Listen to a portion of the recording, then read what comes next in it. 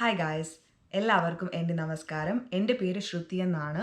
ഇത് എൻ്റെ ചാനലാണ് കനേഡിയൻ മലയാളി. ഞാൻ ഇന്ന് നിങ്ങളുടെ അടുത്ത് സംസാരിക്കാൻ പോകുന്നത് വളരെ ദുഃഖമുള്ള ഒരു കാര്യത്തിനെ പറ്റിയിട്ടാണ്. ഞാൻ കാനഡയിൽ ഒരു പ്രവാസിയായിട്ട് മൂവ് ചെയ്തത് 2018 എനിക്ക് ഈ വർഷം എൻ്റെ സിറ്റിസൺഷിപ്പ് കിട്ടി. ഞാൻ ഇവിടെ വന്നിട്ട് ഇപ്പോൾ 6 വർഷം തികയാൻ പോവുകയാണ് ഈ സെപ്റ്റംബറിൽ. ഞാൻ 2018 കാനഡയിലോട്ട് മൂവ് ചെയ്യുമ്പോഴത്തേക്കും ഇവിടുത്തെ ആൾക്കാർ വളരെയധികം സന്തോഷത്തോടെ നോക്കിക്കൊണ്ടിരുന്ന ഒരു കാര്യമായിരുന്നു ഇമിഗ്രേഷൻ. പക്ഷേ ഇപ്പോൾ ഇവിടുത്തെ കനേഡിയൻസ്, ഞാൻ പ്രവാസികളുടെ കാര്യമല്ല പറയുന്നത്, ഇപ്പോഴത്തെ കനേഡിയൻസിന് നമ്മളെ കണ്ണെടുത്ത കണ്ടുകൂടാ. ഓക്കെ, ഇത് എന്തുകൊണ്ടാണെന്ന് ചോദിച്ചു കഴിഞ്ഞിട്ടുണ്ടെങ്കിൽ നമ്മുടെ കയ്യിലിരിപ്പിൻ്റെ തന്നെയാണ് ഗൈസ്. ഓക്കെ, നമ്മളിവിടെ വരുന്നു, സ്റ്റുഡൻ്റായിട്ട് വരുമ്പോഴത്തേക്കും മോസ്റ്റ്ലി സ്റ്റുഡൻറ്റ് വിസയിൽ നമ്മൾ എഴുതി കൊടുക്കുന്ന ഒരു ക്ലോസ് ഉണ്ട്, ഞാനിവിടെ പഠിക്കാനായിട്ടാണ് വരുന്നത്, പഠിത്തം കഴിഞ്ഞ് ഞാൻ തിരിച്ച് എൻ്റെ രാജ്യത്തേട്ട് പോകും എന്ന് പറഞ്ഞ് എഴുതി കൊടുത്തിട്ടാണ് വരുന്നത്.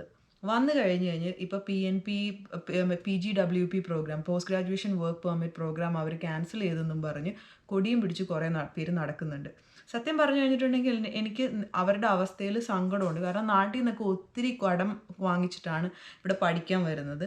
നമ്മുടെ എല്ലാവരുടെയും നിങ്ങളുടെ എല്ലാവരുടെയും ഇമിഗ്രേഷൻ കൺസൾട്ടൻസ് നിങ്ങളോട് പറഞ്ഞിട്ടുണ്ടാവും സ്റ്റുഡൻറ്റ് വിസ നിങ്ങൾക്ക് PR ആയിട്ട് കൺവേർട്ട് ചെയ്യും, അങ്ങനെയൊക്കെ വിശ്വസിച്ചിട്ടാണ് നിങ്ങളിവിടെ വന്നത് എന്നും എനിക്കറിയാം. വളരെ സങ്കടമുള്ള കാര്യമാണ്. പക്ഷേ നമ്മൾ കൊടി പിടിച്ചൊരു കാര്യത്തിന് ഇറങ്ങുമ്പോഴത്തേക്കും അത് ബാധിക്കുന്നത് ഒരു കമ്മ്യൂണിറ്റീനെയാണ്. ഓക്കെ, ഇവിടെ ഇപ്പോൾ സത്യം പറഞ്ഞു കഴിഞ്ഞാൽ കനേഡിയൻസ് കൊടി പിടിച്ച് നടന്ന് ഞാൻ കണ്ടിട്ടില്ല. ഓക്കെ, ഈ ഇടയ്ക്കാണ് ഒരു LCBO കുറച്ച് നാളത്തേക്ക് സ്ട്രൈക്ക് ഉണ്ടായിരുന്നു. പക്ഷെ എന്നാലും പുറത്ത് അവർ ഒരു കൊടിയും പിടിച്ച് അവിടെ നിന്ന് പ്രൊട്ടസ്റ്റ് ചെയ്യണമല്ലാണ്ട് ഒത്തിരി പ്രോബ്ലമാറ്റിക് ആയിട്ടുള്ള പ്രൊട്ടസ്റ്റ് ഒന്നും ഞാൻ കണ്ടിട്ടില്ല. പക്ഷേ നമ്മൾ ഇന്ത്യൻസ് അതിവിടെ ചെയ്യുന്നുണ്ട്. അപ്പോൾ അതിൻ്റെ റീപർക്കഷൻസ് ആണ് കുറേയൊക്കെ നമ്മൾ അനുഭവിക്കുന്നതെന്ന് എനിക്ക് ഫീൽ ചെയ്യുന്നുണ്ട്. കാരണം എന്താണെന്ന് വെച്ച് കഴിഞ്ഞിട്ടുണ്ടെങ്കിൽ ഇവിടെ അടുത്ത് ഓൺടാരിയോയിൽ ഒരു എക്സാമിനേഷന് പാസ്സായില്ലെന്ന് പറഞ്ഞ് കുറേ സ്റ്റുഡൻസ് പ്രൊട്ടസ്റ്റ് ചെയ്തായിരുന്നു. അത് കഴിഞ്ഞതിന് ശേഷമാണ് ഇമിഗ്രേഷൻസിൽ പിടുത്തം വന്നു തുടങ്ങിയതെന്ന് ഞാൻ ശ്രദ്ധിച്ചായിരുന്നു.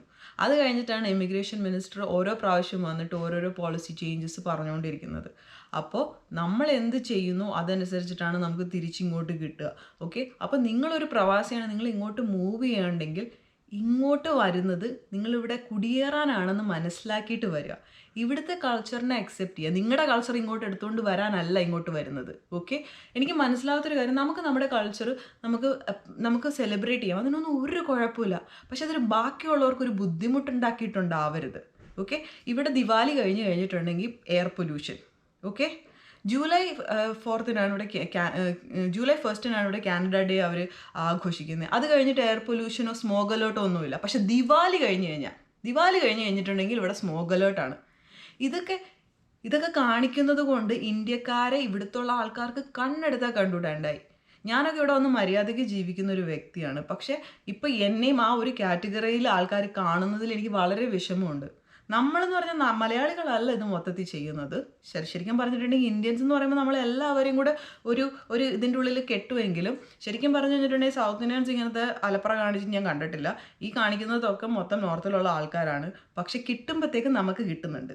ഓക്കെ, അപ്പോൾ നമ്മൾ മലയാളീസും മര്യാദയ്ക്ക് നടക്കാനായിട്ട് ശ്രമിക്കുക എന്നും എനിക്ക് അപേക്ഷിക്കാനേ പറ്റുള്ളൂ. അല്ലാണ്ട് നിങ്ങളുടെ അടുത്ത് ഇപ്പോൾ ചെയ്തേ പറ്റുള്ളൂ എന്നൊന്നും പറയാനായിട്ട് ഞാൻ ആരുമല്ല. പക്ഷേ നമ്മൾ മര്യാദയ്ക്ക് നടന്നിട്ടുണ്ടെങ്കിൽ നമുക്ക് കൊള്ളാം. പിന്നെ അതുപോലെ തന്നെ ഇവിടെ വേറൊരു ഭയങ്കര മേജർ ഇഷ്യൂ ആയിട്ട് ഇപ്പോൾ പറയുന്നതെന്ന് വെച്ചിട്ടുണ്ടെങ്കിൽ മലമൂത്രം പുറത്ത് പബ്ലിക്കലി പാസ് ചെയ്യുന്നു. അതും ഇന്ത്യൻസിനെയാണ് ഇവർ വീഡിയോസിലൊക്കെ മൊത്തം ക്യാപ്ചർ ചെയ്തേക്കുന്നത്. മോളിൽ മൂത്രം ഒഴിക്കുന്നു, ബീച്ചിൽ അപ്പിയിടുന്നു, ചെയ്യാത്ത വൃത്തികേടുകളൊന്നുമില്ല. പുറത്ത് വെളിക്കിരിക്കണമെങ്കിൽ നാട്ടിൽ ഇരുന്നാൽ പോരെ. ഓക്കെ, അത് നമ്മുടെ നാട്ടിൽ പുറത്ത് വെളിക്കിരിക്കാൻ സമ്മതിക്കൂല. വല്ല ഉത്തരേന്ത്യയിൽ പോയി വെളിക്കിരിക്കുന്നേ, എന്തിനാ ഇങ്ങോട്ട് കെട്ടിയെടുക്കുന്നത്? സത്യം പറയാമല്ലോ, എന്ത് കാര്യത്തിനാണെന്ന് എനിക്ക് മനസ്സിലാവാത്തത്. ഇവിടെ ഉള്ള പിള്ളേർ, ഇവിടെ മര്യാദയ്ക്ക് വർക്ക് ചെയ്യുന്ന പിള്ളേർ, ഇവിടെ മര്യാദയ്ക്ക് സ്റ്റുഡൻറ്റ് വിസയ്ക്ക് വരുന്ന പിള്ളേർ, ഇവിടെ മര്യാദയ്ക്ക് വർക്ക് പെർമിറ്റിൽ വരുന്ന ആൾക്കാർക്ക് എല്ലാവർക്കും അനാവശ്യമായ പ്രോബ്ലംസ് ക്രിയേറ്റ് ചെയ്തുകൊണ്ടിരിക്കുകയാണ്. ഓൺടാരിയോയിൽ ബ്രാംപ്റ്റൺ എന്ന് പറഞ്ഞൊരു സ്ഥലമുണ്ട്. അതിനെ പറ്റിയിട്ട് എൻ്റെ പുനോ വരുന്നത് ഓരോ വണ്ടികളൊക്കെ ആൾക്കാർ ഓടിക്കുന്നതിൻ്റെ വീഡിയോസൊക്കെ പുറത്ത് വരുന്നുണ്ട്. എന്തുവാ കാണിക്കുന്നതെന്ന് ദൈവത്തിന് മാത്രമേ. ഫുട്പാത്തിൽ കയറ്റി സൈഡ് വാക്ക്, അതായത് ഇവിടെ ഫുട്പാത്തിന് സൈഡ് വാക്ക് എന്ന് പറഞ്ഞാൽ സൈഡ് വാക്കിൽ കൂടെ ഓടിക്കുന്നു. വണ്ടി ഓടിച്ചുകൊണ്ടിരിക്കുമ്പോൾ വീഡിയോസ് എടുത്ത് മറ്റേ ട്രാഫിക് കോണിൻ്റെ പൊക്കത്ത് കൂടെ കൊണ്ടുപോകുന്നു.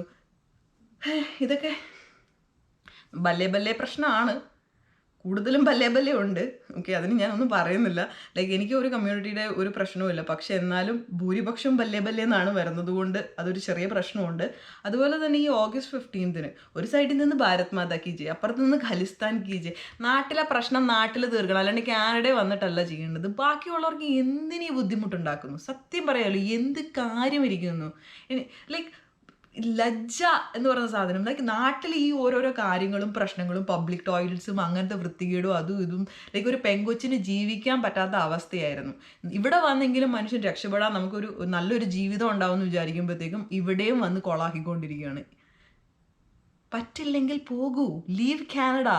ഓക്കെ, ഇവിടുത്തെ കൾച്ചർ പറ്റില്ലെങ്കിൽ പോകൂ, ഇവിടുത്തെ തണുപ്പ് പറ്റില്ലെങ്കിൽ പോകൂ, ഇവിടുത്തെ ജീവിത രീതികൾ നിങ്ങൾക്ക് സഹിക്കാൻ പറ്റുന്നില്ലെങ്കിൽ പോകൂ. ആരോടെ കഷ്ടപ്പിടിച്ച് അയ്യോ പോകല്ലേ, നിങ്ങളാരും പോകല്ലേ എന്ന് പറഞ്ഞ് ഇവിടെ ആരും പിടിച്ചോണ്ട് നിൽക്കണില്ല. പറ്റുവാണെങ്കിൽ നിന്നാൽ മതി.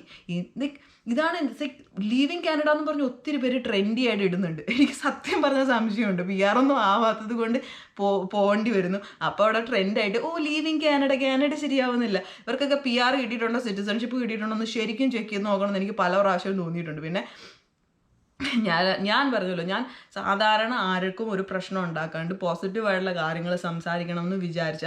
അതുകൊണ്ടാണ് ഞാൻ ബിഗ് ബോസ് റിവ്യൂ ചെയ്യണം വരെ നിർത്തിയത്. പോസിറ്റീവായിട്ടുള്ള കാര്യങ്ങൾ മാത്രം സംസാരിച്ച് പോസിറ്റീവായിട്ടുള്ള കാര്യങ്ങൾ മാത്രം ഷെയർ ചെയ്യണം, നല്ല കാര്യങ്ങൾ മാത്രം നാട്ടിലേക്ക് എത്തിക്കണം എന്ന് വിചാരിക്കുമ്പോഴത്തേക്കും ഇങ്ങനെയുള്ള സംഭവങ്ങളൊക്കെ ഉണ്ടാവുക. ലൈക്ക് എൻ്റെ ഹസ്ബൻഡ് കനേഡിയനാണ്. ഓക്കെ, അവൻ കാണുന്ന വീഡിയോസിൽ അവൻ ആൾക്കാർ ചെയ്യുന്നതും കാണുമ്പോൾ അവൻ എൻ്റെ അടുത്ത് വന്ന് ചോദിക്കും, ഇതെന്താ ശ്രുതി ഇങ്ങനെ? അപ്പം ഞാൻ പറയും, അയ്യോ ഞാനിവിടെ നിന്നല്ല. പക്ഷേ അത് എൻ്റെ ഹസ്ബൻഡിൻ്റെ അടുത്ത് ഞാൻ പറയേണ്ട കാര്യമില്ല. അവന് മലയാളി ആരാണ്, വേറെ വേറെ സ്റ്റേറ്റിലുള്ള ആൾക്കാർ തമ്മിലുള്ള നല്ല ഡിഫറൻസ് നന്നായിട്ട് അറിയാം. അവൻ കേരളത്തിൽ വന്നിട്ടുള്ളതാണ്, നമ്മളുടെ കാര്യം അവർക്ക് നന്നായിട്ട് അറിയാം. പക്ഷേ ഇവിടെയുള്ള ഒട്ടുമിക്ക കനേഡിയൻസിനും ഇത് അറിയത്തില്ല. അതുപോലെ തന്നെ ഈ പ്രാവശ്യം ട്രൂഡോ കയറാനുള്ള ചാൻസസ് ഞാൻ വളരെ റെയറാണ് കാണുന്നത്. ഓക്കെ, ഇങ്ങോട്ട് ട്രൂഡോ ഇനി അടുത്തത് കയറാൻ വളരെ ചാൻസ് കുറവാണ്. കൺസർവേറ്റീവ് ഗവൺമെൻറ് ജയിക്കാനുള്ള ചാൻസസ് കൂടുതലുണ്ട്. കാരണം 25 വയസ്സ് മുതൽ 40 വയസ്സിൻ്റെ ഇടയിലുള്ള, അതായത് നമ്മുടെ പ്രായമുള്ള ആൾക്കാർക്ക് ഇപ്പോൾ ലിബറൽ ഗവൺമെൻറ്റിൽ വിശ്വാസമില്ല. ഇമിഗ്രേഷൻ മൊത്തം കൊളാക്കി വെച്ചേക്കുന്നത് കാരണം ഒട്ടും വിശ്വാസമില്ല. അപ്പോൾ അത് കാരണം ട്രൂഡോ കയറാനുള്ള ചാൻസസ് കുറവാണ്. ഇവിടുത്തെ ഇമിഗ്രേഷൻ പോളിസീസ് ഇനിയും സ്ട്രിക്റ്റ് ആവാനുള്ള ചാൻസസേ ഉണ്ടാവുള്ളൂ. അപ്പോൾ ഇവിടെ നിൽക്കുന്ന ആൾക്കാർ മര്യാദയ്ക്ക് നിന്നാൽ മാത്രമാണ് നാട്ടിൽ നിൽക്കുന്ന ആൾക്കാർക്ക്, അതായത് നാട്ടിൽ നമുക്ക് അറിയാമല്ലോ എന്ത് പാടാണ്, കഷ്ടപ്പാടും ദുരിതവും ഒക്കെ അനുഭവിക്കുന്ന ഒത്തിരി ആൾക്കാരുണ്ട്. ഇവിടെ വന്ന് എങ്ങനെയെങ്കിലും രക്ഷപ്പെടണം എന്ന് വിചാരിക്കുന്ന ആൾക്കാരുണ്ട്. അവരുടെ ഓപ്പർച്യൂണിറ്റിയാണ് നിങ്ങൾ നഷ്ടപ്പെടുത്തുന്നതെന്ന് നിങ്ങൾ മനസ്സിലാക്കണം. വളരെ കഷ്ടമായിട്ടുള്ള കാര്യമാണ്. ഇവിടെ ഈ മലയാളികളും വന്നിട്ട് കുറേ കാര്യങ്ങളൊക്കെ ചെയ്യുന്നുണ്ട്, പക്ഷേ മോസ്റ്റ്ലി കുറവാണ്. ഓക്കെ, ഇവിടെ വന്ന് ജാഥ നടത്തുന്നു, ഇവിടെ വന്നിട്ട് പ്രൊട്ടസ്റ്റ് നടത്തുന്നു, ഇവിടെ വന്നിട്ട് ഓരോ കുന്തും കാണിക്കുന്നു. എന്തിൻ്റെ കാര്യം? ഇതിൻ്റെ ഇടയിൽ BC മുതൽ വേറെ ഏതോ സ്ഥലം വരെ മറ്റേ ബുള്ളറ്റ് കയറി ഒരു പ്രകടനം നടത്തുന്നുണ്ട്. എന്താ മറ്റേ ഹെൽമെറ്റ് വയ്ക്കാൻ പറ്റൂല പഞ്ചാബികൾക്ക്, അവർക്ക് മറ്റേ സാധനം ഉള്ളത് കാരണം ഹെൽമെറ്റ് വയ്ക്കാൻ പറ്റൂലെന്നും പറഞ്ഞത് ഹോൾ കാനഡയിൽ റൂൾ ആക്കണമെന്നും പറഞ്ഞ് അവന്മാർ നടക്കുന്നു. ഇതിനൊക്കെ നമ്മൾ എന്ത് പറയും? സത്യം പറഞ്ഞു കഴിഞ്ഞാൽ എനിക്ക് കനേഡിയൻസിൻ്റെ കാര്യം ആലോചിക്കുമ്പോൾ സങ്കടം തോന്നുന്നത്. അവരുടെ രാജ്യം തുറന്ന് ഇത്ര വെൽക്കമിങ് ആയിട്ടുള്ള പീപ്പിൾ, സത്യം പറയാമല്ലോ, ഇത്ര വെൽക്കമിങ് ആയിട്ടുള്ള പീപ്പിളെ അൺവെൽക്കമിങ് ആക്കിയെടുത്തു. അവർക്ക് നമ്മളെ കണ്ടുകൂടാത്ത അവസ്ഥയാക്കിയെടുത്തു. ഞാൻ ശരിക്കും പറഞ്ഞാൽ കാനഡയിലോട്ട് മൂവ് ചെയ്തത് ഇവിടുത്തെ കമ്മ്യൂണിറ്റി ആയിട്ടും ഇവിടുത്തെ കൾച്ചറുമായിട്ട് ബ്ലെൻഡ് ചെയ്യാനായിട്ടാണ്. എൻ്റെ കൾച്ചറും എൻ്റെ ഇതും ഞാൻ ഭയങ്കര ക്ലോസ് ടു ഹാർട്ടും ഞാൻ കൊണ്ടു നടക്കുന്നുണ്ട്. ഞാൻ പലതും ചെയ്യുന്നുണ്ട് എൻ്റെ കൾച്ചർ ബേസ്ഡ്. പക്ഷെ ബാക്കിയുള്ളവർക്കൊരു ശല്യം ഉണ്ടാക്കിയിട്ടല്ല അത് ചെയ്യുന്നത്. അതാണ് ഇവിടുത്തെ പ്രശ്നം. ബാക്കിയുള്ളവർക്കൊരു മെനക്കേട് ഉണ്ടാക്കുമ്പോഴാണ് നമുക്കെതിരെയുള്ള ഓരോരോ പ്രശ്നങ്ങളുണ്ടാവുന്നത്. ചില ആളുകൾ പറയുന്നുണ്ട് ഇതൊക്കെ വളരെ എന്താ പറയുക, അവിടെ ഇവിടെയൊക്കെ ഉണ്ടാവുന്ന സംഭവമാണ്, ഇതൊക്കെ ഭയങ്കരമായിട്ട് ഊതി പെരുപ്പിക്കുന്നതാണ്. ഉണ്ടായത് കൊണ്ടല്ലേ ഊതി പെരുപ്പിക്കാനായിട്ട് കിട്ടുന്നത്.